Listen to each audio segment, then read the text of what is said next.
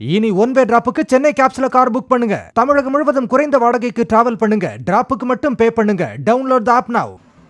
குமரி மாவட்டம் தக்கலையில் கட்டுமான நிறுவனத்தின் ஷட்டர் கதவின் பூட்டை இரும்பு ராடால் நெம்பி உடைத்து 2 லேப்டாப்களையும் 47,000 ரூபாயையும் திருடிச் சென்ற ஹெல்மெட் ஆசாமிகள் இருவரை போலீசார் தேடி வருகின்றனர்.